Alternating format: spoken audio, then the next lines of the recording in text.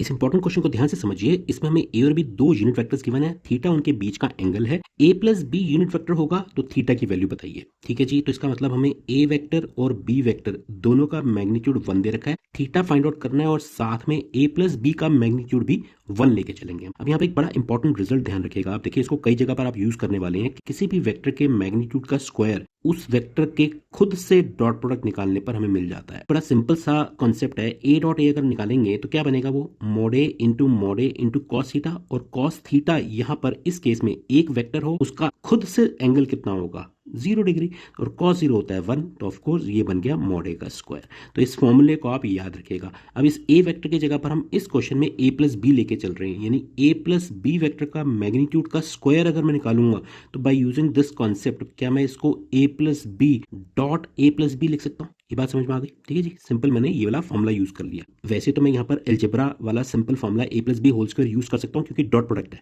यानी मैं इसको a square plus b square plus 2ab लिख सकता हूँ। बट वो कैसे आएगा उसके लिए मैं आपको पूरा एक्सप्लेन करके बताता हूँ। देखिए A dot A plus B bracket opening कर सकते हैं, डॉट प्रोडक्ट डिस्ट्रीब्यूटिव प्रॉपर्टी लगा करके बी डॉट ए प्लस बी, मैंने सिंपल ब्रैकेट ओपन किया है, ए को इससे मल्टीप्लाई करा फिर बी को इससे मल्टीप्लाई करा। अब ब्रैकेट फर्दर ओपन करते हैं तो ए डॉट ए आएगा यहाँ पर और ये बन जाएगा ए डॉट बी। ठीक है जी, ब्रैकेट ओपनिंग हो रही है अगेन, ये बन जाएगा बी डॉट ए और ये बन जाएगा बी डॉट बी।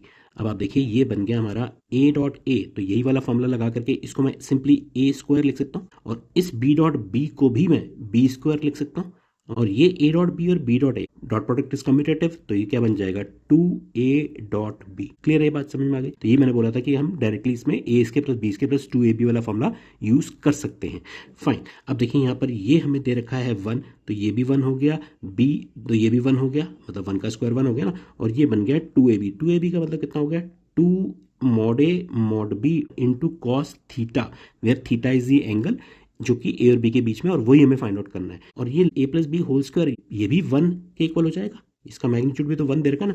तो अब आप देखिए यहाँ से क्या रिजल्ट मिला, 1 और 1 कैंसिल हो गया, इस 1 को आप ले आइए इधर, ये बन गया 2, ये भी 1 है ये भी 1 है, तो 2 इंटू कॉस थीटा, तो यहाँ से हमें थीटा की वैल्यू मिल जाएगी। देखिए कॉस थीटा को जो कितना आ गया -1/2, और -1/2 निकालने के लिए क्या करेंगे, इसको मैं लिख सकता हूँ कॉस पाई बाय 3। हाफ कब होता है कॉस 60 डिग्री पे। अब इस माइनस को हमें कंज्यूम करवाना होगा तभी तो मैं थीटा की वैल्यू निकाल पाऊंगा ना, तो ये बन जाएगा हमारा पाई माइनस पाई बाय 3, यानी सेकंड क्वाड्रेंट में जाएगा, ऑब्ट्यूज एंगल है ए और बी के बीच में। ठीक है, तो ये कितना बन गया 2 पाई बाय 3, थीटा की वैल्यू आ गई 2 पाई बाय 3 जो कि हमारे ऑप्शन डी को करेक्ट कर रही है। See you in the next question, take care, bye bye.